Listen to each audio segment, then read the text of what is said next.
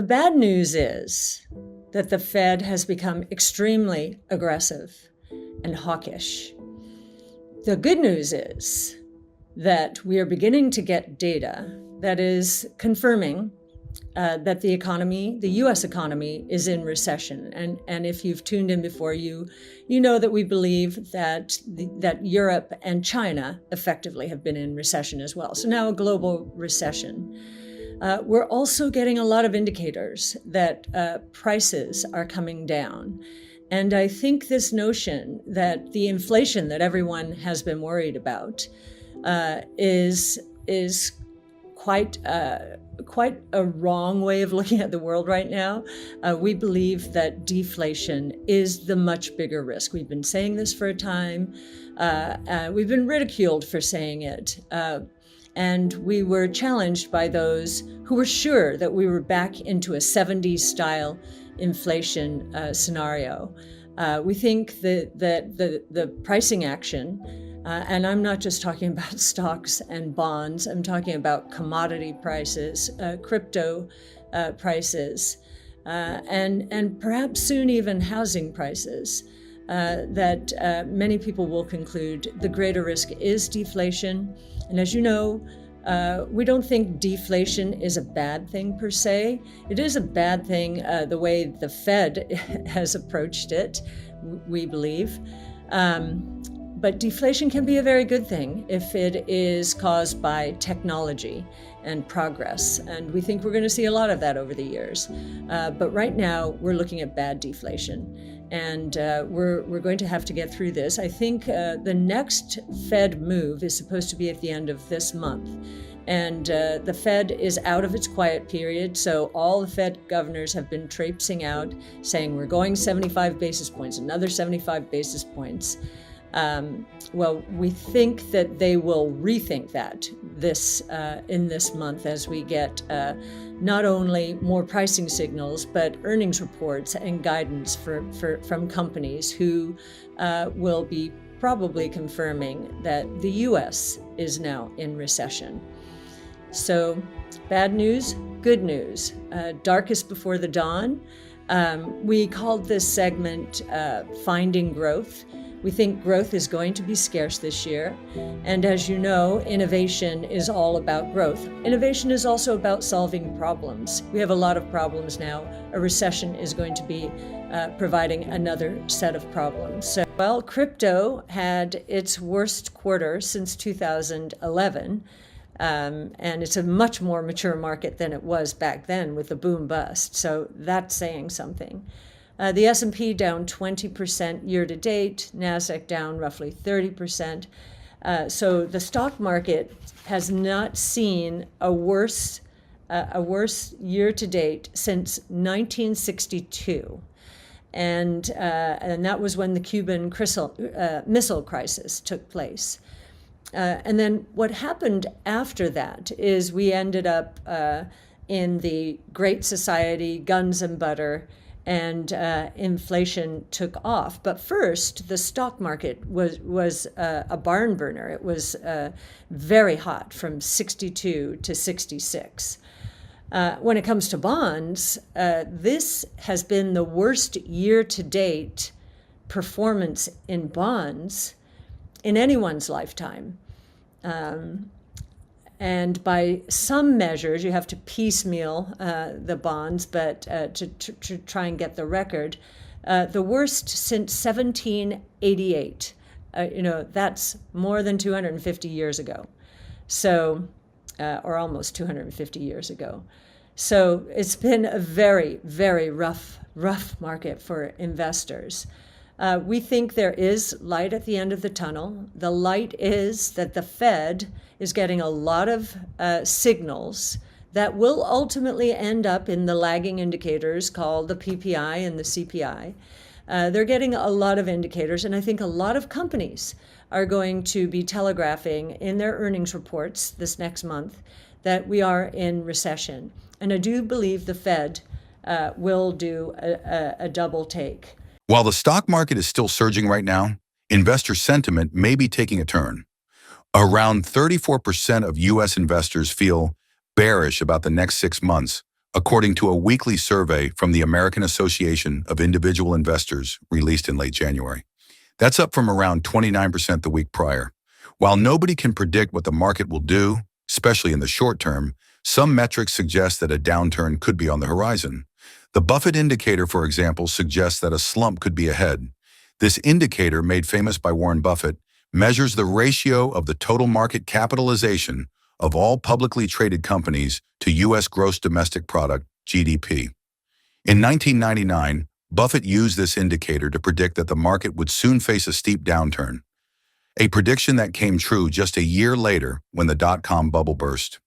If the percentage relationship falls to the 70% or 80% area, buying stocks is likely to work very well for you, he explained in an essay published in 2001.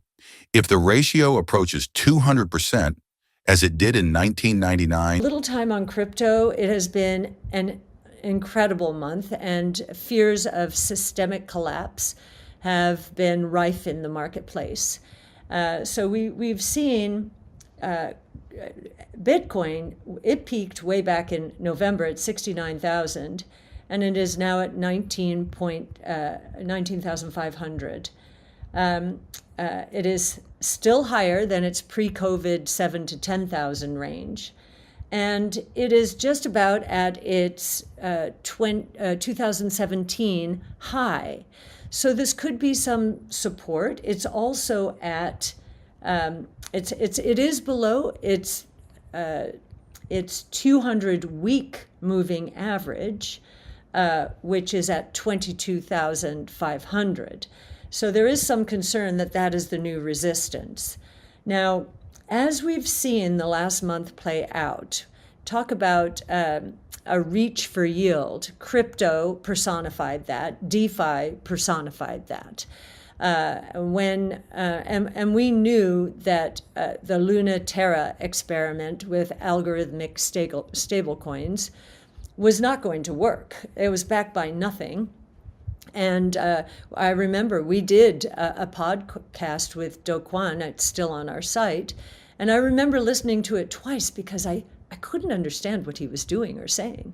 I am an economist by background, and so I really do try and noodle through these things. And I just didn't think that was going to work. And it failed in spectacular fashion in May. And has taken Celsius down with it, Voyager Digital, 3 Arrows Capital, BlockFi almost. It was very interesting to see BlockFi's last funding round at $3 billion. This is a lending platform. And tried to do another round recently at $1 billion. He couldn't get it done, and today it seems that FTX is going to buy it out, or it has the option to buy the equity for $240 million. A rumor this week had it at $25 million, so much better than that, but much worse, less than a tenth of its last round. And it's not just happening in crypto. Klarna just announced, I believe, that its last round was in the $45 billion range. This is a fintech company, and it is doing around now at $6.5 billion. As of February 2025, the Buffett indicator has reached 203.51%. While this metric alone doesn't necessarily mean that a crash is coming, it could be wise to start taking precautions just in case. To protect my personal portfolio, there are 3 things I'm doing right now. It's always a good idea to have some cash stashed away for emergencies, but it's extra important when a market downturn could be looming. If stock prices fall, your portfolio could lose substantial value in the short term. As long as you stay invested, though, you likely won't lose any money. The market will eventually rebound, and your portfolio should regain any value it lost. However, if you pull your money out of the market after stock prices have dropped, you could end up selling your investments for far less than you paid for them, potentially locking in steep losses. If you don't have an emergency fund and you face an unexpected expense during a market slump, it's more likely you'll need to tap your investments at a less than ideal time. When the stock market is thriving, sometimes even shaky stocks can perform well. But a market downturn is the ultimate test of a company's fundamentals, and weak businesses will often struggle to survive tough economic times. The best way to ensure your portfolio pulls through the next bear market is to double-check that every stock you own is still a solid investment. Companies can change over time, so even if one of your stocks was a fantastic buy when you first purchased it, that doesn't necessarily mean it's still a strong choice now. Stock price alone doesn't necessarily reflect how strong a company is, so it's wise to look at metrics beyond this number, like the business's price-to-earnings ratio and its price-earnings-to-growth ratio. It's equally important to examine big-picture factors too, like whether a company has a durable competitive advantage that can help it keep up with industry changes. A competent executive team is also critical, as bad leadership can cause even strong companies to struggle. The future is uncertain, and that can be incredibly nerve-wracking for investors. If you're feeling scared about what may be in store for the market, that's normal, and you're not alone. In times like these, looking back at the market's long-term history can be helpful. In the last 25 years alone, the market has faced the dot-com bubble burst, which became one of the longest bear markets in S&P 500 history, the Great Recession, the COVID-19 crash in 2020, and the most recent bear market throughout 2022. Despite all of that volatility, though, the S&P 500 is up by more than 300% since 2000. If you'd invested $10,000 in 2000, you'd have nearly $41,000 by today, even after accounting for all of the severe ups and downs in that time. As daunting as they are, downturns are a normal part of the stock market cycle. While you can't avoid them or predict exactly when they'll begin, keeping your focus on the years ahead can make it a little easier to get through them. It's tempting to try to figure out where the market is headed and adjust your investments accordingly. After all, if you can sell your stocks at peak prices right before the market falls, you could make a hefty profit. However, if history shows us anything, it's that nobody can predict exactly where the market is headed in the short term. And if you buy or sell at the wrong time, it could be costly. This isn't to say that these experts aren't skilled at making predictions. Rather, it demonstrates just how unpredictable the market can be. Many economists and financial professionals have been warning that a recession is imminent, and yet the market has been thriving for over 2 years now. Of course, that doesn't necessarily mean that a recession isn't right around the corner, but the market's unpredictable nature makes it much more difficult to gauge when the next downturn will begin, which can make times like these even more anxiety-inducing for some investors. There's a major silver lining for investors. Nobody can say for certain where the market will be in 2025. But the good news is that with a long-term outlook, it's much easier than you might think to protect your investments, even if we face a recession or market crash.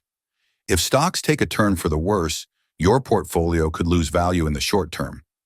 But losing value is not necessarily the same as losing money. As long as you stay in the market until stock prices recover, you'll likely regain any lost value and end up back where you started. For example, say you invested in an S&P 500 index fund in January 2022. Immediately before the market began its descent that would last until October of that year. If you had panicked and sold your investments in, say, March, you'd have locked in losses of close to 10%, even though the worst of the downturn was yet to come.